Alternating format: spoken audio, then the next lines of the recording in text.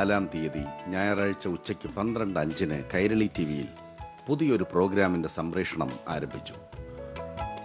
മലയാള നാട്ടിലെ പേരും പെരുമയും ആർജിച്ച ആനത്താരങ്ങളെയും അവരുടെ സവിശേഷതകളെയും ഒന്നൊന്നായി പ്രേക്ഷകന് പരിചയപ്പെടുത്തിക്കൊണ്ട് ഒരു TV പ്രോഗ്രാം. അതായിരുന്നു E for Elephant. കേരളത്തിൽ ഇന്ന് ജീവിച്ചിരിക്കുന്ന നാട്ടാനകളിൽ ദൈവിക പരിവേഷവുമായി ഒരു തലമുറയെ മുഴുവൻ ആരാധക വൃന്ദങ്ങളാക്കി മാറ്റിയ ഗുരുവായൂർ പത്മനാഭനിൽ നിന്നും ആരംഭിച്ച പ്രയാണത്തിന് ഇപ്പോൾ 200 എപ്പിസോഡുകളുടെ സുവർണ തിളക്കം. പത്മനാഭന് പിന്നാലെ തെച്ചിക്കോടനും കണ്ടംപുള്ളിയും ശിവസുന്ദറും മുറിവാലൻ മുകുന്ദനുമെല്ലാം അണിനിരന്ന ആദ്യ എപ്പിസോഡുകൾക്ക് ശേഷം പിന്നെയും നായിക നായകന്മാർ ഒന്നിനു പിന്നാലെ ഒന്നായി എത്തിക്കൊണ്ടേയിരുന്നു. ഒരാനയെക്കുറിച്ച് ഇത്രയധികം പറയാൻ എന്തെങ്കിലും ഉണ്ടോ എന്നൊരിക്കൽ ശങ്കിച്ച ഞങ്ങളെ തന്നെ ഞെട്ടിച്ചുകൊണ്ട് കണ്ടാലും പറഞ്ഞാലും തീരാത്ത കഥകളുടെ 100 കാഴ്ചവട്ടങ്ങളും കദളിക്കുലകളുമായി കഥാപാത്രങ്ങൾ, നടീനടന്മാർ ഞങ്ങളെ വാരി പൊതിഞ്ഞുകൊണ്ടേയിരുന്നു. സംഭവബഹുലവും സംഘർഷഭരിതവുമായ ഇന്നലെകൾ, ആനപ്പിറവികളുടെ ആത്മാവിനോട് നീതി പുലർത്താൻ ശ്രമിച്ചുകൊണ്ട് ആനച്ചോറ് കൊലച്ചോറ് എന്ന പഴമൊഴിയെ പിൻപറ്റി നടന്ന നാളുകൾ, ആ ദിനങ്ങളിലേക്ക് ഒരു തിരിഞ്ഞുനോട്ടം.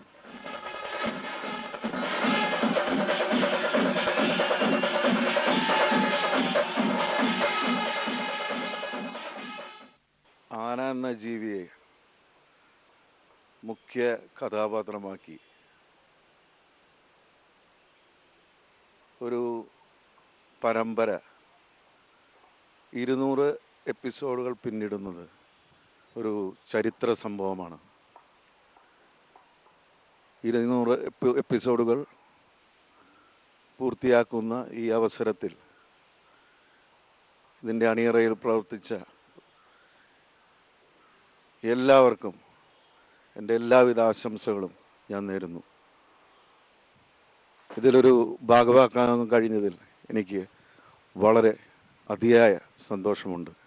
4 വർഷം മുമ്പേ ഗുരുവായൂർ ആനത്താവളത്തിൽ വെച്ചിട്ട് ശ്രീകുമാർ ഈ E for Elephant എന്ന വർക്ക് തുടങ്ങുന്ന സമയത്ത് ഇത്രയും വലിയൊരു സംരംഭത്തിലാണ്, അല്ലെങ്കിൽ ഇത്ര 200 എപ്പിസോഡ് എത്താവുന്ന തരത്തിൽ ആനകളെ പറ്റിയിട്ട് ഒരു സംഭവം ചെയ്യാൻ പറ്റുമെന്നുള്ളത് ഒരിക്കലും ആലോചിക്കാൻ പറ്റിയിരുന്നില്ല. ഇപ്പോൾ തിരിഞ്ഞു നോക്കുമ്പോൾ എന്തെല്ലാം കാര്യങ്ങൾ ആനകളെപ്പറ്റി ജനങ്ങൾക്ക് മനസ്സിലാക്കാൻ സാധിച്ചു.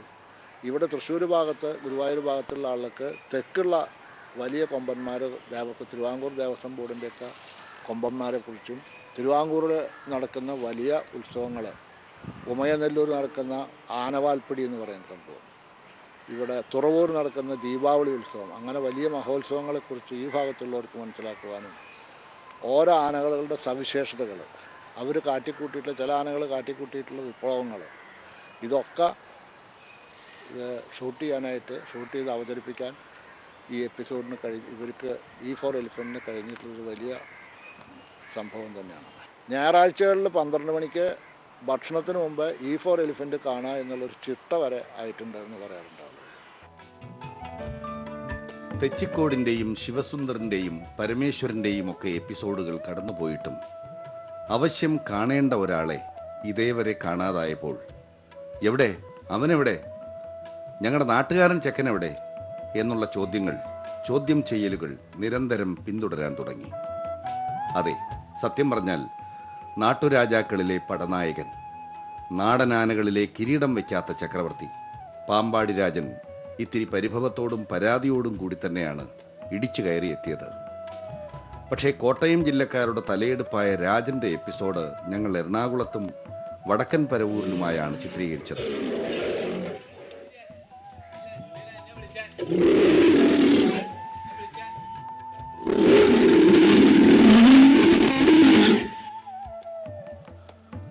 അന്ന് രാജന്റെ കൊമ്പും പിടിച്ച് അവനെ വഴിതളിച്ച പാപ്പാൻ സാജൻ ഇന്ന് ജീവനോടെ ഇല്ല എന്നത് വിധി വിളയാട്ടം. രാജനെ ഇന്നത്തെ പാമ്പാടി രാജനാക്കുന്നതിൽ നിർണായക സ്ഥാനമുള്ള രാമപുരം സ്വദേശി സാജൻ മംഗലാപുരത്ത് വെച്ച് മറ്റൊരാനയാൽ കൊല്ലപ്പെടുകയായിരുന്നു. അതെ, ആനച്ചുവടുകളെ പിൻപറ്റി ആനച്ചരിതങ്ങൾ തേടി നടന്ന 4 വർഷം അത് തികച്ചും സംഭവബഹുലം തന്നെയായിരുന്നു. ചിലപ്പോഴൊക്കെ ഉള്ളു പൊള്ളിക്കുന്ന തീക്കാറ്റുകൾ നിർദ്ദയം ആഞ്ഞടിച്ച നിമിഷങ്ങളും കുറവായിരുന്നില്ല. തൊട്ടു പിന്നാലെ പൂത്തൃക്കോവിൽ ഗണപതി എത്തി. കാശി വിശ്വനാഥന്റെ മാനസപുത്രൻ എന്ന വിശേഷണവുമായി ഉത്തരേന്ത്യയിൽ നിന്നുമെത്തി ആനക്കമ്പക്കാരുടെയും പൂരനഗരിയുടെയും ഹൃദയം കവർന്ന പൂത്തൃക്കോവിൽ ഗണപതി. ആദ്യ നാളുകളിലെ ചിത്രീകരണത്തിനിടയിൽ തെല്ലും ഭയപ്പാടില്ലാതെ ഞങ്ങളുടെ സംഘം ഏറ്റവും അടുത്ത ഇടപഴകിയ ആനയും പൂത്തൃക്കോവിൽ ഗണപതിയാവും.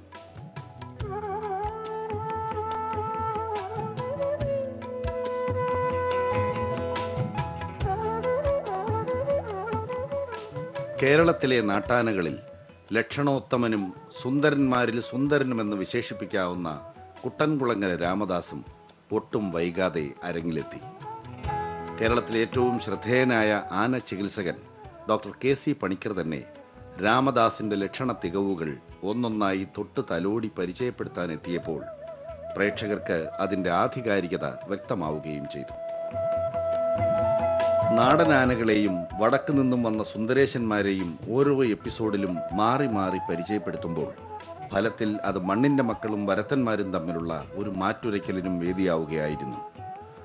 അംഗോപാംഗ സൗന്ദര്യം കൊണ്ടും അദ്വിതീയമായ തലക്കനം കൊണ്ടും എന്നുവെച്ചാൽ തലവലിപ്പം കൊണ്ട് ഏതൊരു നാടനാനയെയും നാണിപ്പിച്ച് കൊതിപ്പിക്കുവാൻ പോകുന്ന ബീഹാറി തിരുമകൻ നാണു എഴുത്തച്ഛൻ ശ്രീനിവാസൻ തൃശൂർ പട്ടണ പരിസരത്തുള്ള പുഴയ്ക്കൽ പാടത്ത് റോഡിലൂടെ ആടി ഉലഞ്ഞ് നടകൊണ്ടപ്പോൾ വയലേലകളിലെ കർഷക തൊഴിലാളികൾ മാത്രമല്ല, ഒരു നാട് തന്നെ കണ്ണിമയ്ക്കാതെ നോക്കി നിൽക്കുകയായിരുന്നു.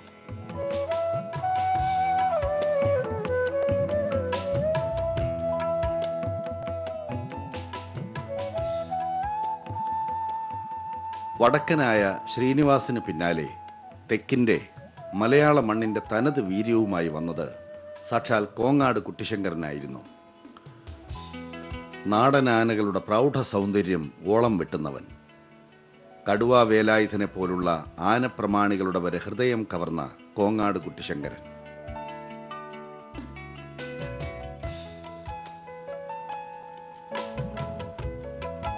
ചങ്ങനാശ്ശേരി ഇത്തിത്താനത്തു നിന്നും പൂരനഗരിയിലെത്തി ബാസ്റ്റ്യൻ വിനയശങ്കറായി മാറിയ ഉയരക്കേമനും ഇതിനിടെ ആനപ്രേമികളോട് താൻ കണ്ടു മറന്നതും മറക്കാൻ കഴിയാത്തതുമായ മുഖങ്ങളെക്കുറിച്ച്, കടന്നുവന്ന വഴികളെക്കുറിച്ച് പറയാനെത്തി.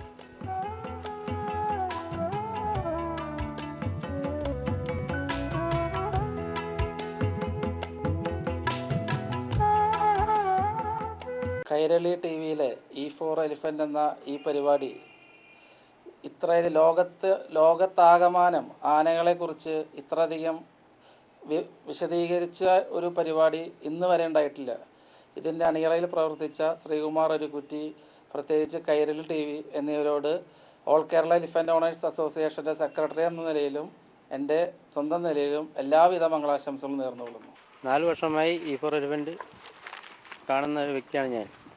അതിൽ നല്ല ആനയുടെ കാര്യങ്ങളും ആനപ്പാപ്പന്മാരുടെ കാര്യങ്ങളും നല്ല വ്യക്തമായിട്ട് കാര്യങ്ങൾ അവതരിപ്പിക്കുകയും എല്ലാ കാര്യങ്ങളും ഭംഗിയായി കാര്യം നടത്തുന്ന E4 എലിഫൻ്റിനെ എൻ്റെ വ്യക്തിമായ പേരിലും സഹപ്രവർത്തകരുടെ പേരിലും എൻ്റെ ഹൃദയമെന്ന നന്ദി രേഖപ്പെടുത്തിക്കൊള്ളുന്നു. പിന്നെയും കുറച്ചു കാലം വടക്കൻ വീരന്മാരുടെ പടയോട്ടം തന്നെയായിരുന്നു. ഉയരത്തിൻ്റെ മായക്കാഴ്ചകളുമായി വടക്കു നിന്നും കൊട്ടും കുരവയുമായി എത്തിയവനായിരുന്നു നന്ദിലത്ത് പത്മനാഭൻ. പിന്നീട് തൃശൂർ പൂരത്തിന് പാറമേക്കാവ് പരമേശ്വരന്റെ പിൻഗാമിയായി പാറമേക്കാവ് വിഭാഗത്തിന് തിടമ്പേറ്റുവാനും പാറമേക്കാവ് ശ്രീ പത്മനാഭനാവാനും വിധി നിയോഗമുണ്ടായ നന്ദിലത്ത് പത്മനാഭൻ.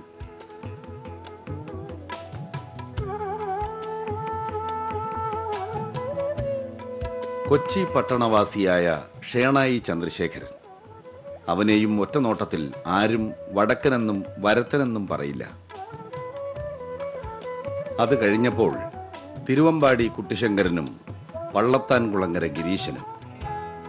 നാടിൻ്റെ മക്കളെ തറ തൊടുവിക്കാതെ നിന്ന നെൽപ്പിൽ മലർത്തിയടിക്കാൻ പോന്ന ആനച്ചന്തത്തിനൊപ്പം ആരിലും ഭയഭക്തി ബഹുമാനങ്ങൾ സൃഷ്ടിക്കാൻ പോന്ന ഒരൽപ്പം വയലൻസിന്റെ ഭാവതീവ്രത കൂടി ചിലരുടെ കഥകൾക്ക് മേമ്പൊടിയായപ്പോൾ ഒന്നുറപ്പായി. പാവത്താന്മാരും സ്നേഹനിധികളും എന്നൊക്കെ വിളിപ്പേര് ചാർത്തി കിട്ടിയിട്ടുള്ള വെറും മണകൊണാഞ്ചന്മാർക്കൊപ്പമോ അല്ലെങ്കിൽ അതിലുമേറെയോ ആരാധകർ തന്തയ്ക്ക് പിറന്ന തൻ്റേടികൾക്കും ഈ